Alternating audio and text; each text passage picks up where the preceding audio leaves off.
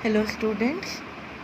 So we have studied till now in this chapter 1 of polity, that power sharing is how the power or the responsibility of a country is shared within the people or within the government and various bodies of government, how they share the power and do their duties. So we have to study about two countries, Belgium and Sri Lanka. So Belgium, and we have studied about Sri Lanka, that their majoritarianism occurs, means the government works of majority people, means there were two types of Tamils we have studied. First were Sinhalas and other were Sri Lankan Tamil. And other than that, the two groups were Indian Tamil and Muslims. So we have studied that in Sri Lanka, the majoritarian government was ruling over there. So who were the majority people? The Sinhalas were the majority people. So we have studied till now about Sri Lanka. Now today we will be starting with our chapter, that is on Belgium. We will be studying about Belgium, accommodation in Belgium. The Belgium leaders took a different path. They recognized the existence of regional differences and cultural diversities. So they knew that there are various cultures and various religion, and there are more diversity than in their country. So between 1970 and 1973, they amended their constitution 4 times so as to work out an arrangement that would enable everyone to live together within the same country. So 1730 और 1930 और 1933 के बीच में उन्होंने बहुत सारे changes लाए अपने constitution में, और ऐसे चेंजेस लाए जिससे वो सारे ही रिलीजन के लोगों के लिए, ठीक है, सारे ही रिलीजन के लोगों के लिए प्रॉपर अरेंजमेंट कर सकें, ताकि सब लोग together they can live together with in the country. Okay, the arrangement they worked out is different from any other country and is very innovative. तो जो अरेंजमेंट उन्होंने लेकर आए वो सारी कंट्री से बहुत ज़्यादा डिफरेंट थे और बहुत न्यू थे, बहुत ही न्यू थे, बिल्कुल इनोवेटिव मीन्स न्यू थे. Here are some of the elements of the Belgian model. तो अपन बेल्जियन मॉडल, जो बेल्जियन गवर्नमेंट ने जो मॉडल बनाया था, we will be starting about that. Constitution prescribed that the number of Dutch and French speaking ministers shall be equal in the central government. So we know that in Belgium there was certain central government. So what they did, that if there are 20 Dutch speaking ministers, so there will be 20 French speaking minister. Means जितने Dutch speaking minister होंगे उतने ही French speaking minister वहाँ पे रखे गए थे. Means they were kept equal.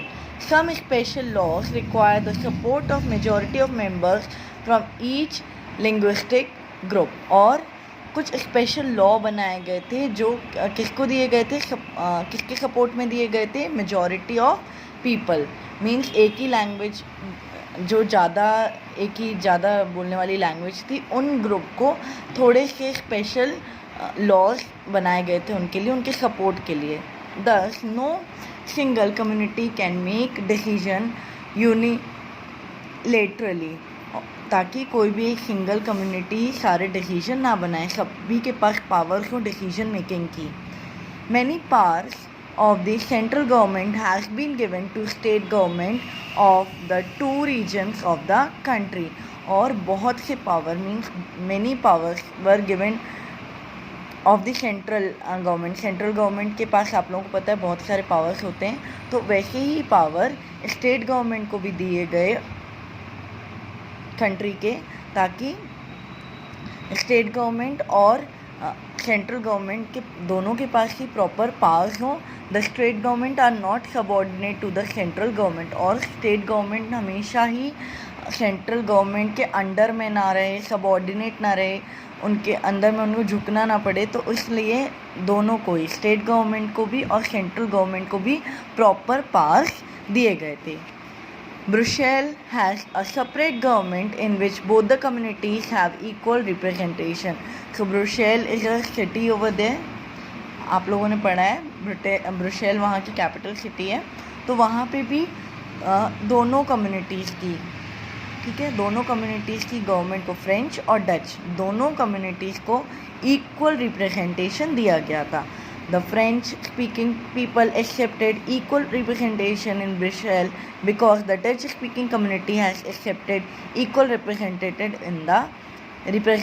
in the central government. और इसीलिए जो फ्रेंच स्पीकिंग कम्युनिटी थे, जो फ्रेंच स्पीकिंग पीपल थे, उन्होंने भी ब्रुसेल में इक्वल जो राइट्स थे या इक्वल रिप्रेजेंटेशन था उसको एक्सेप्ट किया, क्योंकि डच स्पीकिंग कम्युनिटी को भी सेंट्रल गवर्नमेंट में इक्वल रिप्रेजेंटेशन दिया गया था. Got it. फिर उसके बाद apart from the central and the state government there is third kind of government.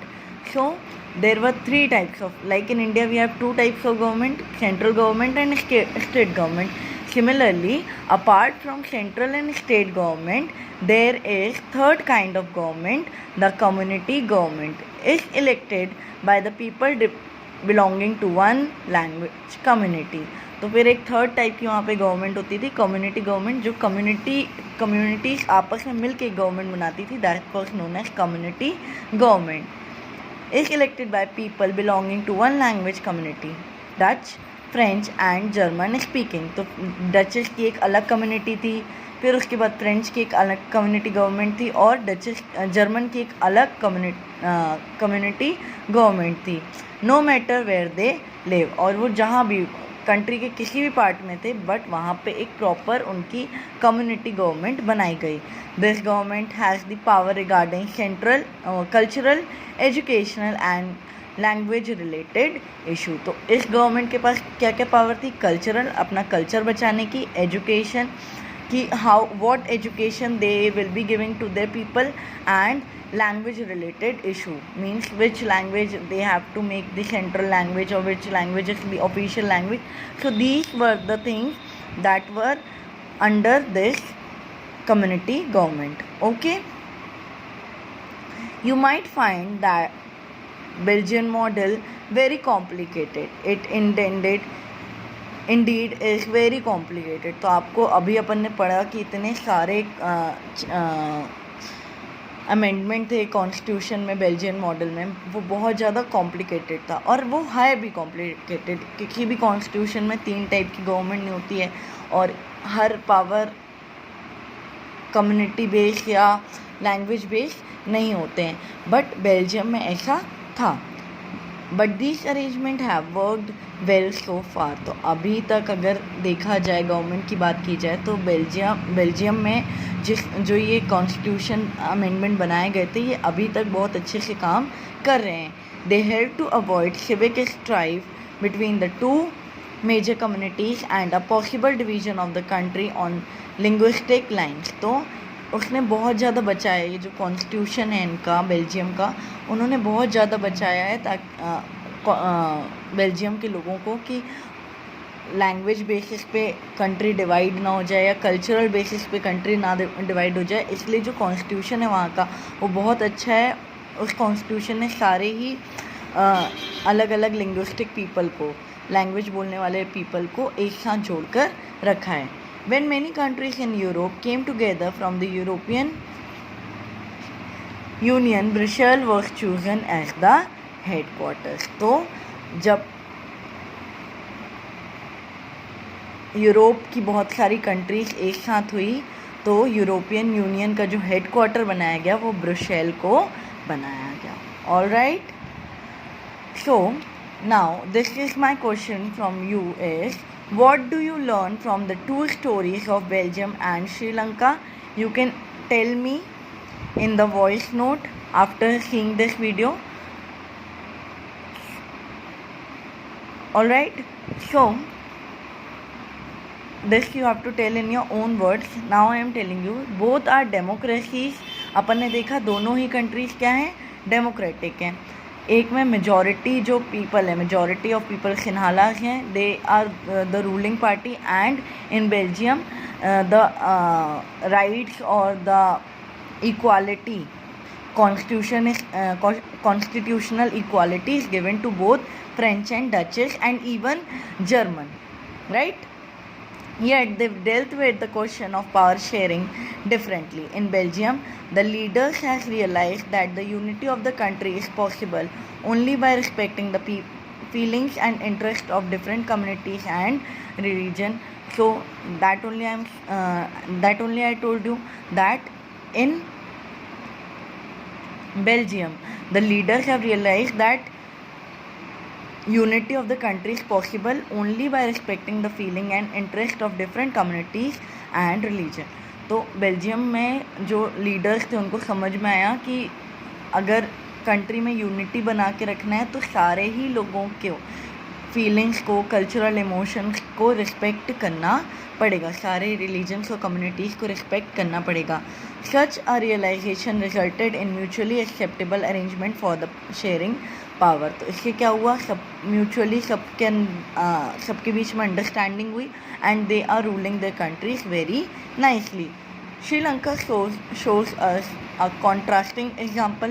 Sri Lanka का एग्जाम्पल बिल्कुल डिफरेंट है क्योंकि वहाँ पे Sri Lanka shows us a contrasting example. It shows us that if a majority community wants to force its dominance over others and refuses to share power, it can undermine the unity of the country. तो क्या हुआ था, वहाँ पे majority people rule कर रहे थे, तो उसके कारण जो कंट्री के जो यूनिटी थी और जो पावर शेयरिंग थे उसमें बहुत ज़्यादा प्रॉब्लम्स आ रही थी.